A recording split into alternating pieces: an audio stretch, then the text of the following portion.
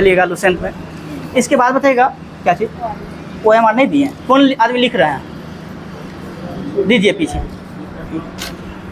चलिएगा बताइएगा प्राचीन भारतीय इतिहास के विषय में जानकारी जो है मुख्यतः कितने स्रोत से मिलता है?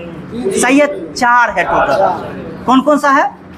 एक तो धर्म ग्रंथ हो गया, इसके बाद भी अगर हम बात करेंगे तो एक आपका ऐतिहासिक ग्रंथ हो जाएगा, इसके बाद विदेशियों का आगमन के बारे में जो दिया गया है, विवरण जो दिया गया है उससे मिलता है, और एक है आपका पुरातत्व संबंधी साक्ष्य, जैसे कि सिंधु घाटी सभ्यता का साक्ष्य हो गया। इस प्रकार से टोटल 4 हो जाएंगे। सही है, 4। इसके बाद बताइएगा टोटल वेदों की संख्या कितना है? 4 वेद है। सही है, कौन कौन सा? ऋग्वेद, सामवेद और यजुर्वेद है। सही है। ऋग्वेद के पढ़ने वाले ऋषि को क्या कहलाए? होत्री कहलाए। सही है। ऋग्वेद में टोटल मंडल की संख्या कितनी है? 10 मंडल है। सही है। ऋग्वेद के किस मंडल में कृषि संबंधी बातें किया गया है? 4था मंडल में। सही है। ऋग्वेद के 4थे मंडल में जो है कृषि संबंधी बातें किया गया है। इसके बाद बताना है ऋग्वेद के किस मंडल में सूर्य देवता सावित्री को समर्पित है? 3रे मंडल में। ऋग्वेद के किस मंडल में दशराज युद्ध के बारे में चर्चा किया गया? 7वें मंडल में। हस्तलिखित को खिल कहा गया किस मंडल में? 8वें मंडल में। सोम देवता को समर्पित करता है 9वें मंडल में। और पुरुष सूक्त की वर्णन किया गया है 10वें मंडल में। सही है। यानी पुरुष सूक्त की बात करते हैं तो इसी में आप वर्ण विच्छेद देख रहे हैं, यानी वर्ण विभाजन की बात करें, टोटल कितना वर्ण विभाजन? 4 है। कौन कौन सा? इससे पहले भी बताए हैं, क्षत्रिय है, वैश्य है, शूद्र है और ब्राह्मण है। यानी ब्रह्मा, सारे लोग तो ब्रह्मा के शरीर से ही पैदा हुए हैं, लेकिन ब्रह्मा के शरीर से अलग अलग अंग से पैदा हुए हैं। जैसे कि बताया गया, ब्रह्मा कहाँ से पैदा हुए? मुख से पैदा हुए। क्षत्रिय कहाँ से पैदा हुए? भुजा से पैदा हुए। वैश्य कहाँ से पैदा हुए? जांघ से। और शूद्र पैरों से। सही है, शूद्र जो है पैरों से। इसके बाद बताइएगा ऋग्वेद के कौन से मंडल को बाद में जोड़ा गया? 1, 8 और 10 हम बताए भी होंगे। 1, 8 और 10 मंडल को जो है बाद में जोड़ा गया, जो कि कब जोड़ा गया? तो जब उत्तर वैदिक सभ्यता स्टार्ट हुआ था, तो अथर्ववेद की अगर हम बात करते, अथर्ववेद का भी उदय जो है आपका उत्तर वैदिक सभ्यता में ही हुआ था। और ये जो आपका 10वां मंडल देख रहे हैं, इसकी भी चर्चाएं उत्तर वैदिक सभ्यता के दौरान ही मिला है। तो वैदिक सभ्यता को कितने पार्ट में बांटे हैं? 2 पार्ट में। एक आपका ऋग्वैदिक और एक आपका उत्तर वैदिक। ऋग्वैदिक का पीरियड कब से कब तक? 1500 से 1000। और अगर हम बात करें उत्तर वैदिक का तो 1000 से 600 हो जाएंगे। सही है, 1000 से 600 हो जाएंगे। इसके बाद आप बताइएगा ऋग्वेद में जो है एक अधन शब्द का प्रयोग किया गया, जिसका मीनिंग क्या है? सही है, गायों को नहीं मारा जाने वाला योग्य पशु है, उसे नहीं मारा जाना चाहिए। इसके बाद बताइएगा ऋग्वेद में जो है बताना आत्मा का उल्लेख है या नहीं है? नहीं है। ब्रह्मा को तो है ही, तब तो हम देख रहे हैं जो पैदा हो रहा है कुल जो है ब्रह्मा के, कोई मुख से हो रहा है, कोई आपका भुजा से हो रहा है, कोई क्षत्रिय से और कोई जो है पैर से और कोई जांघ से हो रहा है। सही है। इसके बाद बताइएगा अगर हम सबसे बात करें सबसे प्राचीन वेद कौन सा है? ऋग्वेद। और सबसे बाद वाला अथर्ववेद। सही है। इसके बाद ऋग्वेद में टोटल अगर हम बात करेंगे तो अग्नि के लिए कितनी बार चर्चाएं की गई? अग्नि के लिए कितनी बार चर्चा? 200। और इंद्र के लिए कितनी बार चर्चा है? 250 है। सही है। इसके बाद अगर हम बात करें ऋग्वेद में टोटल ऋचाओं की संख्या कितना है? देखिए 10,462 ये बुक देता है, लेकिन एनसीईआरटी जब पढ़िएगा तो 10,236 देता है। तो याद रखिएगा जब आपका ऑप्शन 10,462 या 10,236 नहीं है तो आप लगा सकते हैं 10,462 लगा सकते हैं, लेकिन एनसीईआरटी 10,236 ही देता है। इसके बाद अगर हम सूक्तों की संख्या की बात करेंगे तो कितना है? 1028 सूक्त है। सही है, 1028 आपके सूक्त हो जाएंगे। इसके बाद बताइएगा बलिदान विधि का वर्णन किस वेद में किया गया है? यजुर्वेद में। गद एवं पद वाला वेद यजुर्वेद है। सही है। इसके बाद बताइएगा सामवेद को पढ़ने वाले ऋषि को क्या कहें? सही है, उदात्री कहें। सही है। इसके बाद बताइएगा गाए जाने वाला वेद? सही है, सामवेद, या इसे संगीत का वेद भी कहते हैं, संगीत का जनक भी सामवेद को ही कहते हैं। जादू टोना वाला वेद? सही है, अथर्ववेद हो जाएंगे। और सबसे बाद वाला वेद भी है ये उद्गात्री, वही है, यजुर्वेद का है नहीं तो उद्गात्री सामवेद का है। उद्गात्री सामवेद का ही है। हाँ, तो याद रखिएगा उद्गात्री सही है। इसके बाद बताइएगा अथर्वी जो है आपका यजुर्वेद का है। याद रखिएगा अथर्वी जो है यजुर्वेद का है, कंफ्यूजन नहीं होना। इसके बाद अथर्ववेद में कुल मंत्र की संख्या कितना? अथर्ववेद में कुल मंत्रों की संख्या 731 है। मंत्र की बात करेंगे तो 731 हो जाएंगे। ये आपको क्वेश्चन कभी वन लाइनर में नहीं पूछेगा मंत्र कितना, लेकिन इतना जरूर है अगर पूछेगा वेद से इनमें से कौन सा मिलान कीजिए, मंत्र एक साइड दे देगा, एक साइड जो है उसका कितना पद है वो दे देगा, ये सब चीज़ करके आपसे पूछ सकता है। इसके बाद पद की बात करेंगे तो अथर्ववेद में पद कितना है? 6000 पद भी है। सही है। अंधविश्वास वाला वेद किसे? सही अथर्ववेद, जादू टोना वगैरह यही सब में है। इसके बाद रहिएगा अगर हम बात करेंगे ब्राह्मण ग्रंथ का तो बताना है ऐत्रेय जो है किसका ब्राह्मण ग्रंथ है? सही है, ऋग्वेद का जो है ब्राह्मण ग्रंथ है। ऋग्वेद का 2 ब्राह्मण ग्रंथ है, कौन कौन सा? ऐत्रेय और कोत्सकी ना, ऐत्रेय और कोत्सकी है। इसके बाद अगर हम बात करेंगे यजुर्वेद का तो यजुर्वेद का कौन सा ब्राह्मण ग्रंथ है? सही है, तैत्रेय और सतपथ। सही है, सतपथ और तैत्रेय जो है यजुर्वेद का ब्राह्मण ग्रंथ है। इसके बाद भी है सामवेद। सामवेद किसका किसका? सही है, पंचवीस हो जाएंगे, तांडे हो जाएंगे, और इसके बाद भी एक क्या है तो आपका एक जैमिनी हो जाएंगे। याद रखिएगा, जैमिनी हो गया, तांडे हो गया, पंचवीस हो गया। ये सब जो है क्या चीज? पंचवीस और संडवीस भी है। सही है, तो 4 याद रखिएगा, पंचवीस है, संडवीस है, तांडे हो गया और जैमिनी हो गया। ये सब जो है आपका सामवेद का ब्राह्मण ग्रंथ है। इसके बाद बताइएगा गौपद जो है किस वेद का ब्राह्मण ग्रंथ है? सही है, अथर्ववेद का। सही है। इसके बाद बताइएगा वैदिक साहित्य में ऋग्वेद के बाद जो है किस ब्राह्मण का स्थान है? सही है, सतपथ ब्राह्मण। और सतपथ ब्राह्मण किस वेद का ब्राह्मण ग्रंथ? यजुर्वेद का। सही है, यजुर्वेद हो जाएंगे। बताना है राज्याभिषेक के नियम एवं कुछ प्राचीन राजाओं के नाम दिए गए हैं, ये बताना है किस ब्राह्मण में? ऐत्रेय ब्राह्मण। ऐत्रेय ब्राह्मण में दिया गया है। सही है, ऐत्रेय ब्राह्मण हो जाएंगे। इसके बाद बताइएगा सल हो गया, केकय हो गया, कुरु हो गया, पंचाल हो गया, इन राजाओं का उल्लेख किस ब्राह्मण ग्रंथ में किया गया? सतपथ ब्राह्मण में। तो नियम की बात करें तो ऐत्रेय में बताया गया है, और राजा की अगर हम बात करेंगे तो किसमें? सतपथ ब्राह्मण में बताया गया है। सही है। इसके बाद बताइएगा टोटल वेदांग की चर्चाएं कितना किया गया? 6 वेदांग है, कौन कौन सा?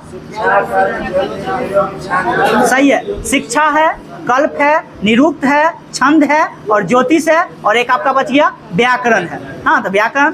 शिक्षा की बात करेंगे तो शिक्षा का संबंध किससे है? शिक्षा की बात करेंगे तो शिक्षा का मतलब क्या था?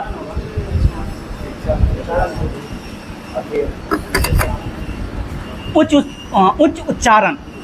शिक्षा का मतलब क्या था? उच्च उच्चारण हो जाएगा। सही है, उच्च उच्चारण हो जाएगा। इसके बाद अगर हम बात करते हैं तो एक आपका कल्प था। कल्प का मतलब कर्मकांडीय।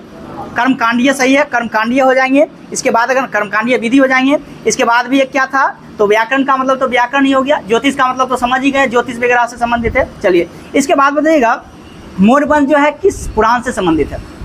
मौर्यवंश विष्णु से। सही है। और आंध्र सातवाहन मत्स्य से। सही है। और गुप्त वंश सही है, वायु से। सही है। इसके बाद बताइएगा सिंधु घाटी सभ्यता में आपको बताना है सिंधु घाटी सभ्यता के बारे में सबसे पहले जानकारी किसने दिया? Charles mason. कब? 1826 में दिए थे। सही है, 1826 में चार्ल्स मेसन के द्वारा ही दिया गया था। सही है। इसके बाद बताना है कार्बन C14 की खोज किसके द्वारा किया गया? सही है, लीवे के द्वारा। लास्ट का नाम याद रखिए, लीवे के द्वारा जो है किया गया था। BF लीवे इसका पूरा नाम था। कब किए थे? 1946 में किया गया था। सही है। इसके बाद बताइएगा कार्बन डेटिंग के द्वारा अगर हम सिंधु घाटी सभ्यता का सर्वमान काल को देखें तो कितना से कितना? सही है, सही है, 2500 से 1750 दिया गया। अगर हम सिंधु घाटी सभ्यता की बात करें, सिंधु घाटी सभ्यता को कितने चरण में बांटे हैं? 3 चरण में। सही, कौन कौन? पूर्व सिंधु घाटी सभ्यता, सिंधु घाटी सभ्यता, उत्तर सिंधु घाटी सभ्यता। पूर्व सिंधु घाटी सभ्यता का कार्यकाल बार बार कहते हैं जो 3700 से लेकर के 2500 या कहीं कहीं आपको देगा 3500 से 2500, तो 3700 से 2500 BC हो गया। इसके बाद अगर हम बात करेंगे सिंधु घाटी सभ्यता का तो ये 2500 से लेकर के 1750 तक है। और उत्तर सिंधु घाटी सभ्यता की बात करेंगे तो 1750 से लेकर के 1200 BC तक है। तो यानी जिस समय में सिंधु घाटी सभ्यता का आगमन हुआ था वो आप पूर्व सिंधु घाटी सभ्यता के नाम से जाने। जिस समय में सिंधु घाटी सभ्यता एकदम बहुत ज़्यादा विकास हो गया था उसे सिंधु घाटी सभ्यता के नाम से जाने। जिस समय में सिंधु घाटी सभ्यता का विन्यास की ओर चल दिया उसको उत्तर सिंधु घाटी सभ्यता के नाम से हम जान गए। तो इस प्रकार से उसका दिया गया है। इसके बाद बताना है आपको हड़प्पा, जिसे बताना है सिंधु घाटी सभ्यता में एक हड़प्पा जो है किस नदी के किनारे स्थित है? रावी नदी के किनारे स्थित है। पाकिस्तान में कहाँ है ये? देखिएगा, पाकिस्तान में पहले लड़काना जिला देता था, लेकिन पाकिस्तान अब साहिवाल जिला देखते होइएगा। तो पाकिस्तान सरकार ने जो है लड़काना जिला का नाम बदल के साहिवाल कर दिया। तो नया बुक जो आता होगा उसमें देखिएगा साहिवाल लिखता है, और जो आदमी पुराना बुक रखे हुएगा उसमें लड़काना जिला लिखा रहता। तो पाकिस्तान सरकार ने जो है वो लड़काना का नाम बदल के जिला का नाम कर दिया साहिवाल जिला। तो अब जो है साहिवाल जिला में स्थित है। इसके बाद बताइएगा, अगर हम मोहनजोदारो की बात करते हैं तो ये कहाँ स्थित है? एक चीज़ थोड़ा सा हम मिस कर गए, एक बार और सुन लीजिएगा। हम क्या पूछे थे? हड़प्पा पूछे थे ना। तो हड़प्पा तो अभी साहिवाल जिला में है, लेकिन इससे पहले साहिवाल जिला का नाम जो हुआ करता था वो लड़काना नहीं होकर के मोटगोमरी हुआ करता था। मोटगोमरी हुआ करता था, ये गलत हम बोल दिए थोड़ा सा। मोटगोमरी पहले था, उसका नाम जो है चेंज कर दिया, साहिवाल जिला कर दिया। और फिलहाल में अगर हम मोहनजोदारो की बात करते हैं तो वो आपको कहाँ स्थित है? तो वो आपको लड़काना में, लड़काना में, याद रखिएगा। इसके बाद बताइएगा, तो मोटगोमरी जिला का नाम चेंज करके क्या किया? साहिवाल किया। और ये जो है सिंधु घाटी सभ्यता में हड़प्पा जो है वहीं स्थित है। इसके बाद बताइएगा, जुते हुए खेत एवं नकाशीदार ईंट का प्रयोग का साक्ष्य जो है कहाँ से मिला? सही है, कालीबंगा से मिला है। सही है। सिंधु घाटी सभ्यता का प्रमुख बंदरगाह कौन कौन सा था? लोथल और सुतकोन था। सही है। इसके बाद बताइएगा, किसके अनुसार जो है हड़प्पा और मोहनजोदारो को दो राजधानी के रूप में वर्णित किया? पिग्गट के द्वारा। और इन दोनों राजधानी के मध्य कितना किलोमीटर का था डिस्टेंस? 483 किलोमीटर। सही है। और ये बिहार में भी कुछ मायने में आता होगा 483 किलोमीटर। पूरब से पश्चिम की उसकी लंबाई जो है कितना है? 483 किलोमीटर है। तो इन दोनों के मध्य जो है 483 किलोमीटर का ही डिस्टेंस था। इसके बाद बताइएगा, आग से पकी हुई मिट्टी को क्या कहते थे? टेराकोटा। सही है, टेराकोटा कहते थे।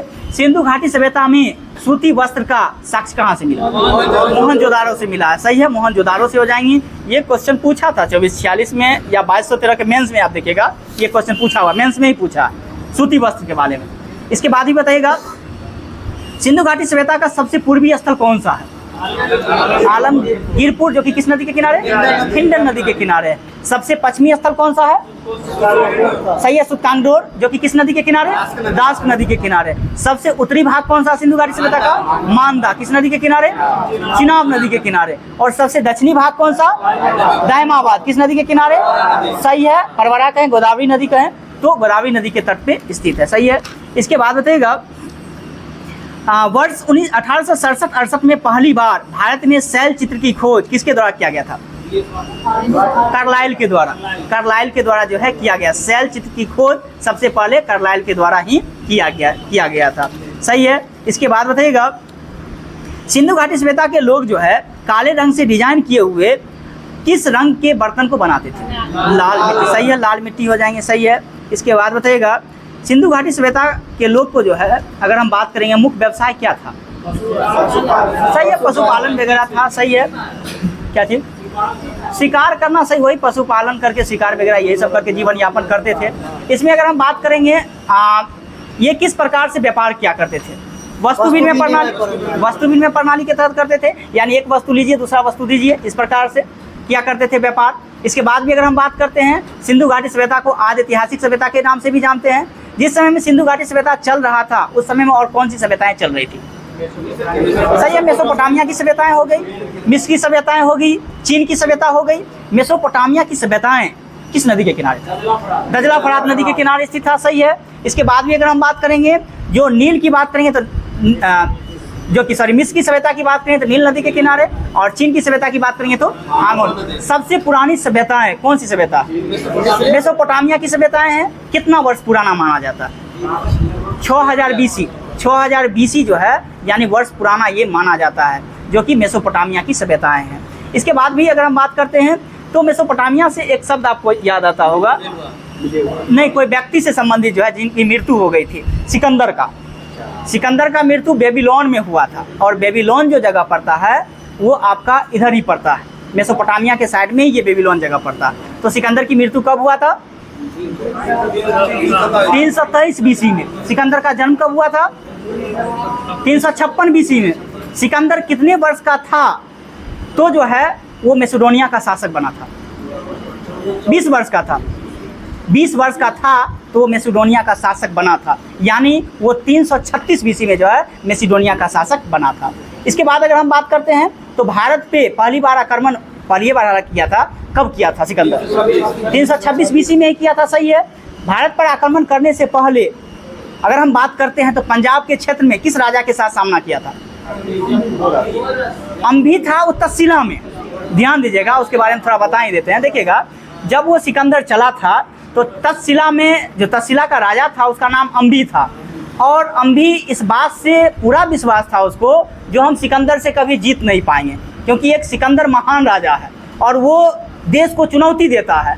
तो अम्भी जो है सिकंदर के सामने आत्मसमर्पण कर दिया, जो भाई आप आगे बढ़िए, हम आपके साथ हैं। सिकंदर इस बात को कहा भी जो आप हमें जो है मदद कीजिए भारत अभियान की तरफ। तो स्वाभाविक सी बात है अम्भी ने उसका साथ भी दिया था, और साथ दे करके जो है वो भारत तक पहुंचा था, जो कि पंजाब क्षेत्र में पहुंचा। तो किसके साथ सामना किया? पोरस के साथ। पोरस के साथ किया था, सही है। इसके बाद भी अगर हम बात करते तो क्या वो जो है मगध के साइड में आ पहुंचा था या नहीं पहुंचा था? नहीं पहुंच पाया था, सही है। वो उधर से ही लौट गया था, सही है। इसके बाद अगर हम बात करते हैं, ब्यास नदी को पार करने से इनकार कर दिया था। इनकार करने का कारण बहुत सारा था। एक तो उसकी सेना सबसे पहले इस बात से थक गई थी, जो बहुत दिन हो गया था, उस सेना को जो है घर याद आने लगा था। इसके बाद खान पान की व्यवस्थाएं ठीक नहीं थी, और इसके बाद भी जो पोरस था वो मगध की अगर हम बात, उस समय मगध बहुत ज़्यादा विख्यात था। मगध बहुत ज़्यादा विख्यात था, उस समय डेवलप था।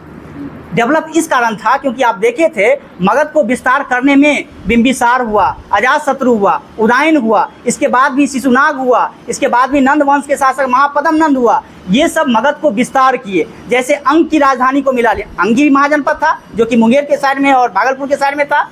इसके बाद भी वैशाली को अपने साम्राज्य में मिला लिया, इसके बाद भी कौशल को मिलाया। यानी ये सब महाजनपद को मिला करके मगध एक बहुत बड़ा क्षेत्र बन गया था, और इस बात से उसकी सेना को डर लग गया था जो ये तो पोरस जो है ये तो छोटा मोटा शासक है, और ये जो पंजाब के क्षेत्र में छोटा मोटा शासक है, जब वो इनके साथ इतना ज़्यादा सामना से लड़ सकता है तो मगध अगर जाएंगे तो मगध में क्या होगा। इस बात को जो लेकर के जो है सेना ने सबसे ज़्यादा भयभीत हुआ था, और ब्यास नदी को पार करने से इनकार कर दिया, बोला जो है नहीं पार करेंगे। तो इस बात से जो है वो चल गया था। इसके बाद बताइएगा क्या चीज़ 327 BC में 327 है, तो बेबीलोन में इसकी मृत्यु हुआ, और भारत में 19 महीना तक वो भारत में रहा। टोटल 19 महीना तक सिकंदर भारत में रहा था। कहीं कहीं 322 दिया है, 327 होगा। हाँ, तो वो गलत लग गया होगा। हाँ, गलत लग गया होगा। तो वो ये भी पूछता है सिकंदर भारत में कितना दिन तक? तो 19 महीना तक रहा था। याद करिएगा, 19 महीना। अच्छा, ऑप्शन नहीं था, तो ठीक है, ऑप्शन के अकॉर्डिंग खेलिए। ठीक है।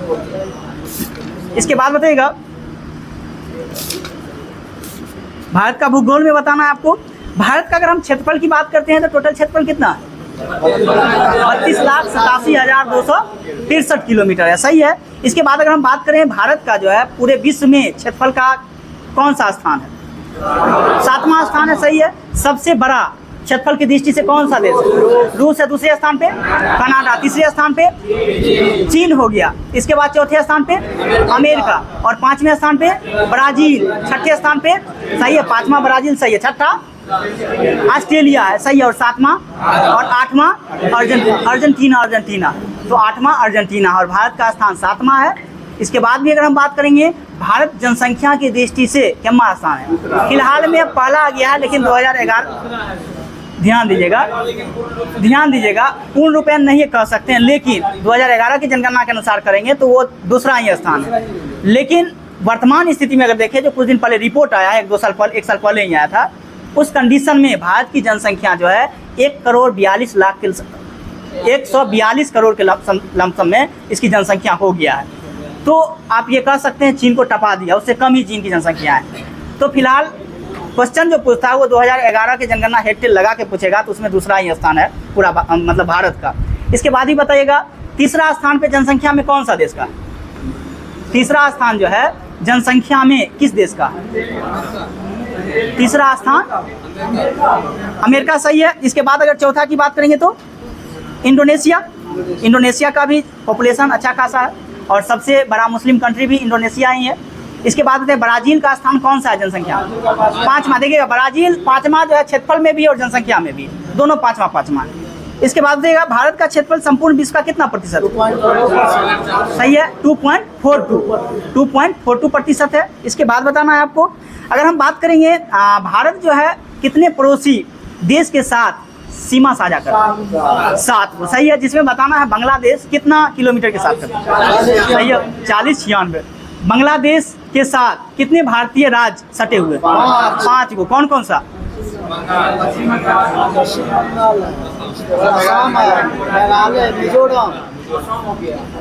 सही है, सही बोल रहे हैं। ध्यान सुनिएगा एक बार। एक तो आपका पश्चिम बंगाल तो मुख्य है जो कि सबसे ज़्यादा है, लमसम में 2200 किलोमीटर के लमसम में है, तो पश्चिम बंगाल हो गया जो कि सबसे ज़्यादा है। इसके बाद त्रिपुरा भी हो गया, मिजोरम भी होगा, इसके बाद मेघालय भी होगा और एक आपका असम होगा। तो टोटल जो है 5 राज्य है बांग्लादेश के साथ सीमा साझा करता है। इसके बाद भी अगर हम बात करेंगे तो पाकिस्तान के साथ कितना किलोमीटर सीमा साझा जो है भारत करता है? 33-23 किलोमीटर, यानी 3323 किलोमीटर। और कितने राज्य के साथ सीमा साझा करता है? 3 राज्य और 2 यूटी यानी केंद्र शासित प्रदेश। कौन कौन सा राज्य है? सही है, गुजरात, राजस्थान और पंजाब हो जाएंगे। सही है। जिसमें सर्वाधिक सीमा किस राज्य के साथ? राजस्थान के साथ है। और यूटी की बात करेंगे तो लद्दाख और जम्मू कश्मीर हो जाएंगे। इसके बाद अगर हम चाइना की बात करेंगे तो चाइना के साथ कितना किलोमीटर के साथ भारत सीमा साझा करता है? सही है, 3488 किलोमीटर। और 3488 किलोमीटर की अगर बात करते हैं तो कौन कौन से राज्य ऐसे हैं जो कि चाइना के साथ सीमा साझा करता है? ऊपर से आएंगे, हिमाचल प्रदेश हो जाएगा, उत्तराखंड हो जाएगा, इसके बाद सिक्किम हो जाएगा, अरुणाचल प्रदेश हो जाएगा और एक आपका लद्दाख। यूटी में बात करेंगे तो लद्दाख हो जाएगा। इसके बाद अगर हम बात करेंगे नेपाल की सीमा, नेपाल की सीमा टोटल कितना लगता है? 1751 यानी 1751 किलोमीटर, 1751 किलोमीटर लगता है। और नेपाल के साथ कितने भारतीय राज्य सटे हुए हैं? 5। कौन कौन सा? उत्तर प्रदेश, सही है। टॉप से चलिएगा तो अच्छा रहेगा, जैसे चल रहे हैं। तो सबसे पहले उत्तराखंड चलेंगे, उत्तर प्रदेश हो जाएगा, बिहार हो जाएगा, पश्चिम बंगाल हो जाएगा और सिक्किम हो जाएगा। और कितना किलोमीटर? 1751 किलोमीटर है। इसके बाद अगर हम बात करें म्यांमार के साथ कितना भारतीय राज्य सटा हुआ है? 4 है। कौन कौन सा? सही है, अरुणाचल प्रदेश, नागालैंड, मणिपुर, मिजोरम। और सबसे ज़्यादा सीमा अगर हम बात करते हैं कौन सा राज्य का लगता है? अरुणाचल प्रदेश का ही लगता है। सही है। इसके बाद बताइएगा भारत का सबसे दक्षिणी बिंदु कौन सा है? इंदिरा पॉइंट है। अगर हम बात करेंगे सबसे बड़ा राज्य भारत का कौन सा है? राजस्थान। और जनसंख्या की दृष्टि से उत्तर प्रदेश। उत्तर प्रदेश की सीमा कितने भारत के राज्य के साथ जो है सीमा साझा करता है? 8। कौन कौन सा है?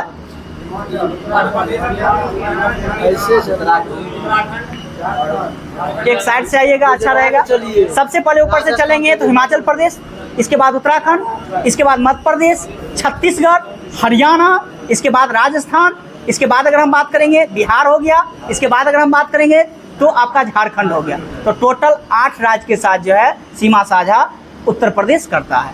इसके अगर यूटी की बात करेंगे तो एक आपका दिल्ली, एनसीआर जिसमें जो है सटता है, तो दिल्ली भी आप याद रख सकते हैं एनसीआर का। इसके बाद बताइएगा पंजाब नहीं सटता है, पंजाब नहीं सटता, इस बात को याद रखना। इसके बाद है भारत एवं चीन के मध्य जो है कौन सा रेखा है? मैकमोहन रेखा। मैकमोहन रेखा का निर्धारण कब? 1914 में हुआ था। सही है। कामागाटा मारू घटना कब हुआ? 1914 में ही हुआ था। सही है। कामागाटा मारू की घटना 1914 में। मैकमोहन रेखा का निर्धारण 1914 में ही हुआ था। सही है। प्रथम विश्व युद्ध की शुरुआत 1914 में। सही है, 1914 में ही हुआ था। इसके बाद बताइएगा कोलाबा पॉइंट की बात करते हैं तो ये कहाँ स्थित है? मुंबई में। सही है। कोलाबा पॉइंट की बात करेंगे तो मुंबई में हो जाएंगे। पॉइंट किलीमरे, सही है, तमिलनाडु में हो जाएंगे। पॉइंट पेट्रो, जाफना कहाँ? श्रीलंका के उत्तर पूर्व में पड़ता है। सही है। इसके बाद बताइएगा भारत का सबसे दक्षिणी बिंदु कौन सा है? इंदिरा पॉइंट। और सबसे उत्तरी बिंदु इंदिरा कॉल है जो कि कहाँ स्थित है? लद्दाख में। सही है। और इंदिरा पॉइंट कहाँ? ग्रेट निकोबार में। इसके बाद अगर हम बात करेंगे तो अंडमान निकोबार का सबसे उत्तरी सेंट्रल पीक है, सेंट्रल पीक चोटी है।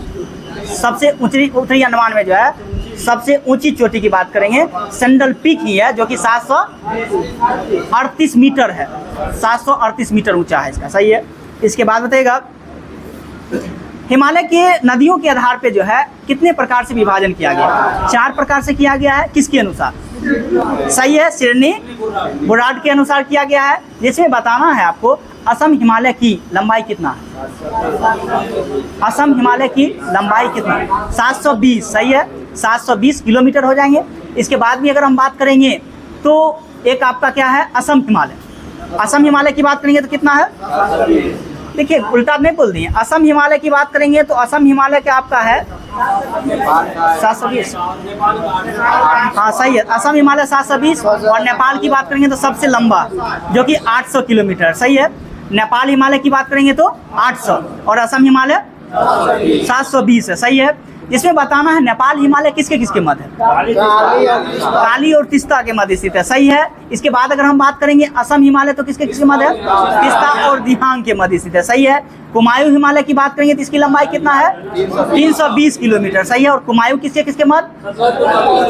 सतलज और कुमायूं हिमालय है सतलज और काली। कुमायूं जो है सतलज और काली के मध्य। और एक पंजाब हिमालय की बात करेंगे तो सिंधु और सतलज के मध्य स्थित है, और इसकी लंबाई की बात करेंगे तो 560 किलोमीटर है। सही है, ये सॉरी इसका जो है लेंथ भी याद रखिएगा, लेंथ भी पूछा जाता है। इसके बाद बताइएगा तो एक बार और देख लीजिएगा, पंजाब हिमालय 560 और पंजाब हिमालय किसके किसके मध्य? सिंधु और सतलज के मध्य। इसके बाद अगर हम बात करेंगे कुमायूं हिमालय 320 किसके किसके मध्य? सतलज और काली के मध्य। नेपाल हिमालय की बात करेंगे 800 और किसके किसके मध्य? काली और तिस्ता के मध्य। इसके बाद अगर हम बात करेंगे तो एक असम हिमालय बच गया जो कि 720 किलोमीटर है, और इसका किसके किसके मध्य? तिस्ता और दिहांग के मध्य स्थित है। सही है, इसके बाद बताइएगा सतपुरा की पहाड़ी किस राज्य में? मध्य प्रदेश में। सही है, मध्य प्रदेश हो जाएंगे। इसकी सबसे ऊंची चोटी कौन सी है? धूपगढ़ी। सही है, धूपगढ़ी की ऊंचाई कितनी है? सही है, 1350 मीटर ऊंची है। सही है, 1350 हो जाएंगे। इसके बाद बताइएगा उत्तरी सह्याद्री और दक्षिणी सह्याद्री को कौन सा डिग्री जो कितना चैनल जो है अलग करता है? 16 डिग्री चैनल। सही है, 16 डिग्री हो जाएंगे। सही है, यानी उत्तरी अक्षांश को गोवा से जो है आपका कहाँ है?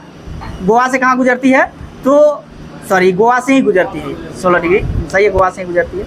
इसके बाद बताइएगा थालघाट की अगर हम बात करते हैं, थालघाट दर्रा किसके किसके मध्य से? नासिक से मुंबई और भोरघाट मुंबई पुणे। मुंबई पुणे। और इसके बाद सनपट्टा की बात करेंगे तो सनपट्टा की बात करेंगे तो किसके किसके मध्य स्थित है? तिरुवनंतपुरम एक होगा, और एक आपका कौन सा हो जाएगा?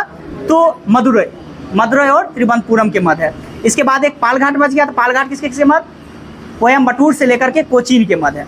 इसके बाद बताइएगा उत्तरी अंडमान का जो है सर्वोच्च शिखर कौन सा? सेंट्रल पीक, जो कि देख लिए 738। इसके बाद बताना है ग्रेट निकोबार का, ये बताना है सबसे ऊंचा शिखर कौन सा है, या ये बताना माउंट थुलियर बताना कहाँ अवस्थित है, ऐसे बताना।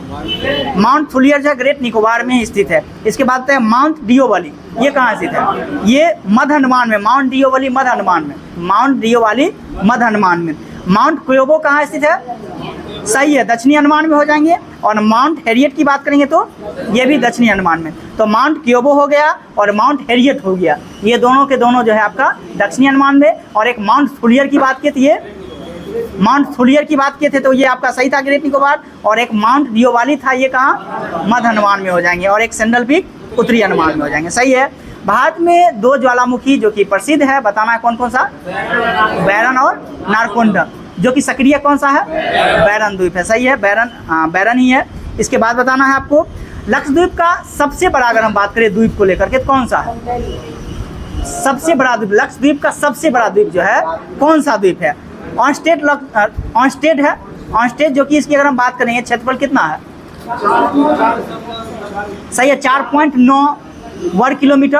4.9 वर्ग किलोमीटर है। सही है, और इसके बाद भी एक कौन सा है जो कि दूसरे स्थान पे है? तो मिनिकॉय। और मिनिकॉय का क्षेत्रफल की बात करेंगे तो 4.8 किलोमीटर। सही है, इसका क्षेत्रफल है। इसके बाद बताइएगा लक्षद्वीप समूह के सभी द्वीप पर जो है कौन सी भाषा बोली जाती है? मलयालम बोली जाती है। लेकिन जो है एकमात्र मिनिकॉय एकमात्र अवबाध का द्वीप है जिस पे कौन सी भाषा? महल भाषा बोली जाती है। सही है, महल भाषा बोली जाती है। क्वेश्चन एक पूछा था 2213 के पीटी में, सॉरी मेंस में ही क्वेश्चन पूछा था, पक्षी का निवास स्थान किस द्वीप पर है? पिटली द्वीप पर है, सही है। और ये पूछा था पिटली द्वीप कहाँ स्थित है? लक्षद्वीप में। आप उल्टाइएगा, 2213 का मेंस का क्वेश्चन पूछा हुआ है। पिटली द्वीप कहाँ स्थित है? लक्षद्वीप में स्थित है, और इसमें लिखा हुआ भी है। इसके बाद चलते हैं पॉलिटी में। बताइएगा, केंद्रीय प्रशासन की नींव रखी गई थी कौन से एक्ट के तहत? सही है, 1773 के एक्ट के तहत ही रखा गया था। इसके बाद बताइएगा, बंगाल के गवर्नर को जो है बंगाल का गवर्नर जनरल बना दिया गया था किस एक्ट के तहत? सही है, 1773 के रेगुलेटिंग एक्ट के तहत। कौन बने थे? वारेन हेस्टिंग्स और एक लॉर्ड हेस्टिंग्स देखे थे। तो वारेन हेस्टिंग्स का कार्यकाल कब से कब तक रहा था? 1772 से 1785, लेकिन गवर्नर जनरल के रूप में 1774 से 1785 तक रहे थे। 2 साल गवर्नर के रूप में काम किए थे, बंगाल के गवर्नर के रूप में। इसके बाद लॉर्ड हेस्टिंग्स का कार्यकाल की बात करेंगे तो कब से कब तक है? 1813 से लेकर के 1823 तक। 1813 से 1823 तक। तो लॉर्ड हेस्टिंग्स 1813 से 23। वारेन हेस्टिंग्स की बात करेंगे तो 72 से लेकर के 1785 तक रहा है वारेन हेस्टिंग्स का कार्यकाल। इसके बाद अगर हम बात करेंगे, कलकत्ता में एक उच्चतम न्यायालय का गठन किया गया था। कब किया गया? 1774 में ही किया गया, रेगुलेटिंग एक्ट के तहत ही किया गया था। इस न्यायालय के टोटल न्यायाधीश कितने हुए? 4 हुए थे, जिसमें से एक मुख्य न्यायाधीश थे, उनका क्या नाम था? सर एलिजा इम्पे था। 3 अन्य न्यायाधीश कौन थे?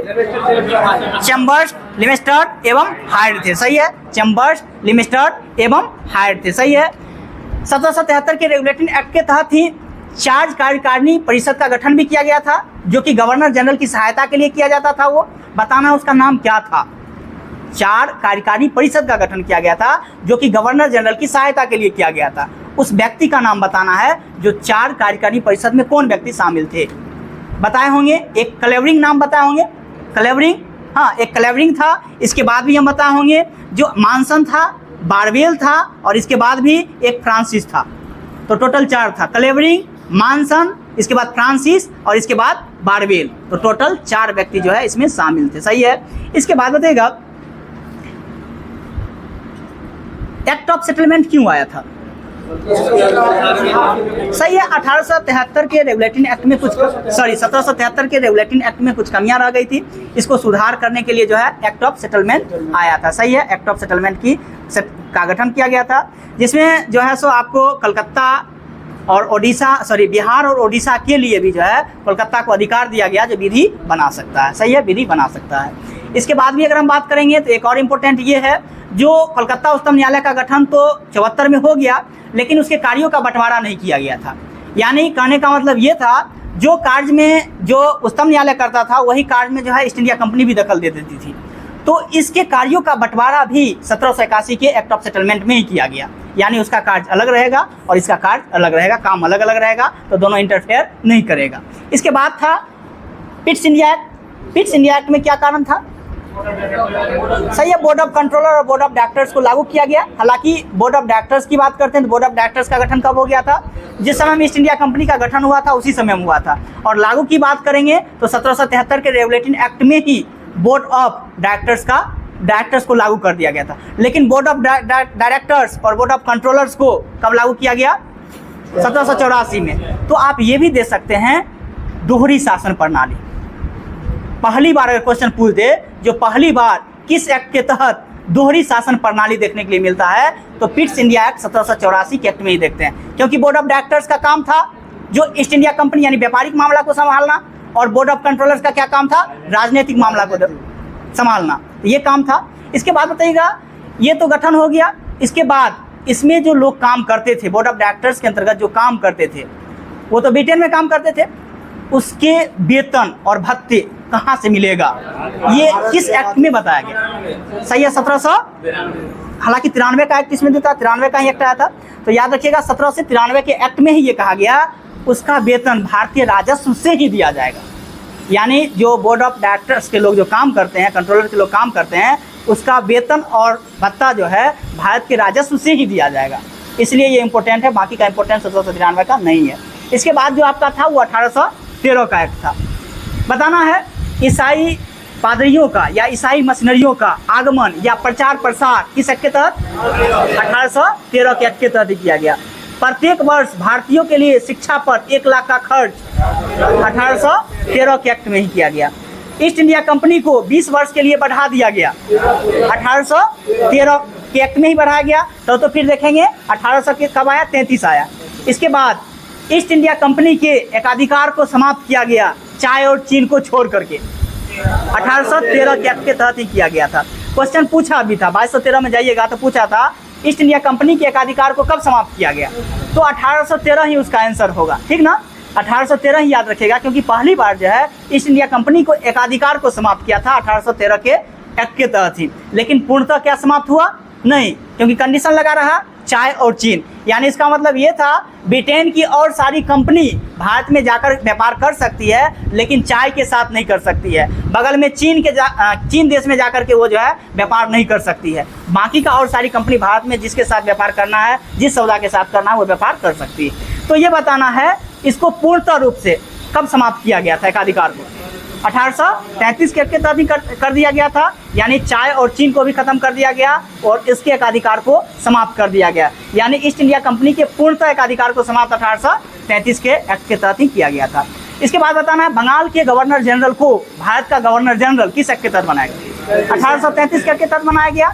और भारत के प्रथम गवर्नर जनरल कौन हुए थे, लॉर्ड विलियम बेंटिंग हुए थे, सही है, लॉर्ड विलियम बेंटिंग हुए थे, सही है। ठगी प्रथा को किसने समाप्त किया था, सही है, कर्नल एस्लिमन की सहायता से लॉर्ड विलियम बेंटिंग के द्वारा ही किया गया था, सही है। इसके बाद बताइएगा पहली बार जो बोर्ड ऑफ डायरेक्टर्स में भर्ती हुआ करता था उसमें कई सारे हस्तक्षेप होता था, जैसे कि काला के ऊपर होता था, कोई लोग काला है तो उसको भी भेदभाव किया जाता था। इसके बाद भी अगर हम भारतीय हैं तो उस पर भी भेदभाव किया जाता था। उसके बाद भी नाटे हैं तो उस पर भी भेदभाव। इसके बाद जंग के स्थान पे, मूल के स्थान पे इसमें भेदभाव किया जाता। किस एक्ट के तहत पहली बार जो है बोर्ड ऑफ डायरेक्टर्स में भर्ती के लिए इस चीज़ को समाप्त कर दिया गया, तो 1833 के एक्ट के तहत, याद रखना है 1833 के एक्ट के तहत ही। कंपनी में भर्ती होने के लिए सिविल सेवा परीक्षा की बातें किस एक्ट के तहत किया गया, 1853 के एक्ट के तहत ही किया गया था। इसके बाद पहली बार वार्षिक बजट की चर्चाएं किस एक्ट में किया गया था, 1853 के एक्ट में ही किया गया था। और इसके बाद अगर हम बात करेंगे तो सिविल सेवा की परीक्षा की बात करते हैं, इसके लिए एक समिति का गठन किया गया था। कौन सा समिति, मैकाले समिति, हाँ मैकाले एक समिति था, उसका गठन जो है किया गया था। इसके बाद बताना है ईस्ट इंडिया कंपनी को समाप्त किस एक्ट के तहत किया गया, 1858 के एक्ट के तहत ही कर दिया गया था, सही है। मुगल पद के वंश को किस एक्ट के तहत समाप्त कर दिया गया, सही है, 1858 के एक्ट के तहत ही किया गया। इसके बाद बताना है जो सारी सत्ताएं किसके हाथ में चल गया, ईस्ट इंडिया कंपनी को खत्म करने के बाद भारत की जो सारी सत्ताएं थी वो किसके हाथ में था, सही है, महारानी के हाथ में था। जो वहाँ का क्राउन हुआ करता था उसके हाथ में चल गया था, सही है। इसके बाद बताना है किस एक्ट के तहत भारत के राज सचिव का पद जो है नियुक्त किया गया, 1858 के, 57 में एक्ट नहीं आया था, 1858 के एक्ट के तहत ही। और भारत के प्रथम राज सचिव के पद पर कौन व्यक्ति बैठे थे, स्टेनले नाम बताए होंगे, स्टेनले, याद रखिएगा। भारत के राज सचिव के पद पे पहला व्यक्ति जो बैठे थे उसका नाम स्टेनले था, स्टेनले, पूछा भी गया है, कई बार एग्जाम में पूछा गया, स्टेनले। इसके बाद भी अगर हम बात करते हैं गवर्नर जनरल को पहली बार अध्यादेश जारी करने की शक्ति किस एक्ट में मिला था, 1861 के अधिनियम में मिला था। इसके बाद अप्रत्यक्ष चुनाव प्रणाली किस एक्ट के तहत हुआ था, 1892 के एक्ट अप्रत्यक्ष चुनाव प्रणाली की बात किया गया था। इसके बाद प्रत्यक्ष तौर पे चुनाव प्रणाली कब हुआ था, 1919 में, सही है। और वोटिंग कब हुआ था, 1920 में, 1920। मुस्लिम के लिए अलग निर्वाचन पद्धति कौन से एक्ट में दिया गया, 1909 के मार्ले मिंटो सुधार में, जिसमें मार्ले कौन था, सही है, भारत राज सचिव था। इसके बाद मिंटो की बात करेंगे तो वायसराय के पद पे था, सही है, वायसराय के पद पे था। मुस्लिम लीग का गठन कब हुआ था, 1906 में हुआ था। किसके द्वारा किया गया था, आगा खां एवं सलीमुल्लाह खां के द्वारा। कहाँ में किया गया था, ढाका में किया गया था, सही है, ढाका में किया गया था। तो जैसे ही मुस्लिम लीग को अलग निर्वाचन मिल गया उसके बाद भी कई सारे जो कम्युनिटी के लोग हैं वो भी मांग करना स्टार्ट कर दिए, जैसे सिख वगैरह हो गए, बहुत सारे जो कम्युनिटी के लोग हैं, तो उन लोगों को किस एक्ट के तहत जो है मान्यता मिला था, सही है, 1919 के एक्ट के तहत। इसके बाद भी महिलाओं के लिए, मजदूरों के लिए अलग से निर्वाचन पद्धति की बातें किस एक्ट के तहत किया गया था? 1935 के एक्ट के तहत। महिला के लिए अलग, मजदूर के लिए, सब जो है 1935 के एक्ट के तहत किया गया था। तो याद रखिएगा। इसके बाद भी अगर हम बात करते हैं, भारत में पहली बार जो लोक सेवा आयोग का गठन किया गया था किस एक्ट के तहत किया गया? 1919 के एक्ट के तहत ही किया गया था। और किस आयोग की अनुशंसा पे किया गया? ली आयोग का गठन कब हुआ था? 1927-24 में हुआ था। इसके बाद भारत में महिलाओं को पहली बार वोट देने का अधिकार कब मिला था? 1926 में मिला था। सही है। 1919 के अधिनियम को जांच पड़ताल करने के लिए कौन सा आयोग आया था? साइमन कमीशन आया था। साइमन कमीशन का गठन कब हुआ था? 1927 को। वो भारत कब पहुंचा था? 3 फरवरी 1928 को पहुंचा था। सही है। कौन से ऐसे प्रसिद्ध व्यक्ति हुए जिसमें साइमन कमीशन का विरोध करते हुए उसके बाद में मृत्यु हो गई? लाला लाजपत राय का जो है मृत्यु।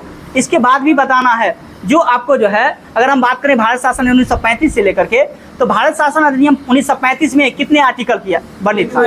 300। याद रखिएगा, 3, 2, 1। हाँ, या उल्टा लिखिएगा 1, 2, 3। तो 321 याद करिएगा, 321 आर्टिकल। इसके बाद अगर हम बात करेंगे कितना अनुसूची था? 10 गो अनुसूची था। कितना भाग था? 22 भाग। तो भारत शासन अधिनियम 1935 के तहत अनुच्छेद की बात करेंगे तो 321, अनुसूची की बात करेंगे तो 10, भाग की बात करेंगे तो 22। भारत शासन अधिनियम 1935 के तहत संघ सूची में कितना विषय शामिल था? 59 विषय शामिल था। और ये क्वेश्चन आपको मेंस में, जब आप बिहार एसएससी सीजीएल जो दिए होइएगा कोई आदमी, तो मेंस में देखे होइएगा कि पूछा था, जो भारत शासन अधिनियम 1935 के तहत जो है संघ सूची में कितना विषय शामिल? तो 59 विषय। राज्य सूची में कितना? 54 विषय। समवर्ती सूची में कितना? 36 विषय शामिल था। 36 विषय शामिल था। इसके बाद भी बताना है जो, अच्छा आगे तो संविधान सभा तक था ना। ठीक है, छोड़। ठीक है दोस्त, अगर अच्छा लगा होगा तो चैनल को लाइक और सब्सक्राइब करिएगा। और इसका होमवर्क जो है आपको टेलीग्राम चैनल पे मिल जाती है, तो टेलीग्राम चैनल का लिंक जो है आपको वीडियो के डिस्क्रिप्शन में मिल जाएगा। फिर मिलते हैं, तब तक के लिए जय हिंद, जय भारत।